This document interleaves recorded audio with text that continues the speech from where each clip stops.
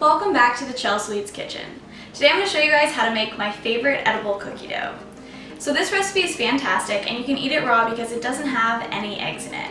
So it has less ingredients than regular cookie dough because it's missing the eggs and the leavening agents. So it comes together really quickly. A few key things to note about this recipe. For the brown sugar, I recommend using dark brown sugar. It has more molasses in it, which gives the cookie dough a really great taste, and it also makes the edible cookie dough a little bit softer. You can also use light brown sugar if you can't find dark, but if you can, definitely use dark brown sugar. Another thing is that I recommend using miniature chocolate chips if you can find them.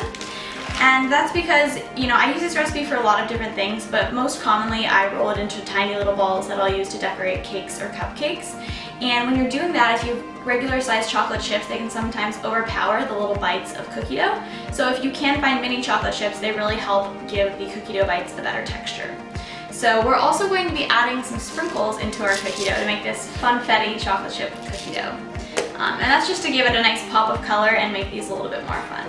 So I'm going to go ahead and show you how these get started, and then I'm going to walk you through the different things that I do with this recipe for all of my cakes. To make this edible cookie dough, I've added 3 sticks of butter, which is roughly 1½ cups, and it's this unsalted butter at room temperature. I'm then going to add roughly 2¼ cups of dark brown sugar, and that's exactly the amount that is included in the boxes of Domino's sugar. So I'm going to go ahead and add all of this in, and then I'm going to cream the mixture together on a low speed. Now that the mixture is nicely combined, we're going to add in 1 teaspoon of salt, and we're also going to add 1 teaspoon of vanilla. So we'll go ahead and mix that together on low. And next we're going to add flour. And if you want to be really safe with this recipe, you can microwave it until it reaches roughly 167 degrees. So I'm going to go ahead and mix my flour in 1 cup at a time. And I'm going to slowly start it off just so I don't get any plumes of flour. So now we're going to go ahead and add our 2nd cup. Great, so now we're going to add our last remaining 1/4 cup of flour. So as you can see, the mixture is really thick right now. It's a little bit too thick, so we're going to add just a little bit of heavy cream. So we're going to add 3 teaspoons or 1 tablespoon of heavy cream.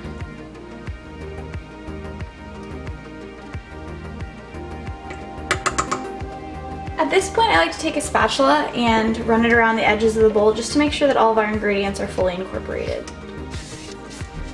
Give it one more quick stir, and then we're going to add in all of our fun mix-ins.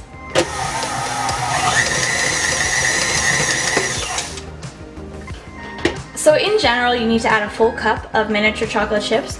Today I'm doing a mixture of white and regular just to make this batter a little more fun. We're also going to be adding a 1/2 cup of sprinkles. So I'm very gently going to mix these just with little pulses in my KitchenAid. So while I'm doing this, I like to clean off my paddle attachment just to make sure that everything gets fully mixed together.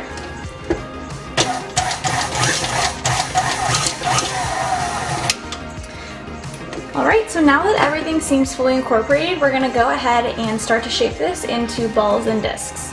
So our cookie dough seems like a great consistency. When we touch it, we can shape it, but it's not sticking to our fingers too much, and that's exactly what we want. Because you want it to be soft enough where when you bite into it, it really will resemble cookie dough, but you have to be able to shape it.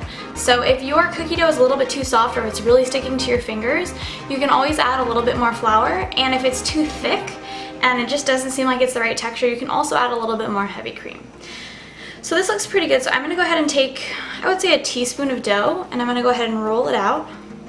And we're just going to go ahead and place it down on a parchment-lined baking sheet.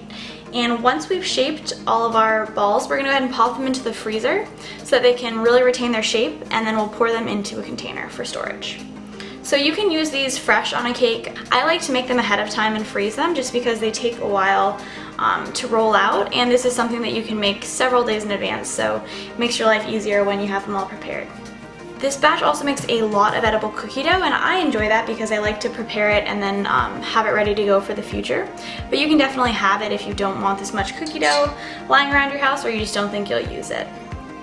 I also am making these cookie dough balls are, I would say, about 1.5 centimeters to 2 centimeters across. But if you want to make smaller balls, you definitely can. It really is all about your preference and what you're planning to use them for. So I'm gonna go ahead and keep rolling out our dough until we have filled up our baking sheet. So now that we've prepared all these cookie dough balls, we're gonna go ahead and pop them into the freezer to allow them to set. And as you can see, a little bit of cookie dough goes a long way. So with the remainder of this, I'm gonna show you guys how I make my edible cookie dough discs. So for my edible cookie dough discs, I like to take a nice handful of batter, and I like to kind of flatten it with my palm, and then just roll it out gently with a rolling pin. For this, you want to be careful because you don't want it to stick to your pin, so you just need to very lightly press it down.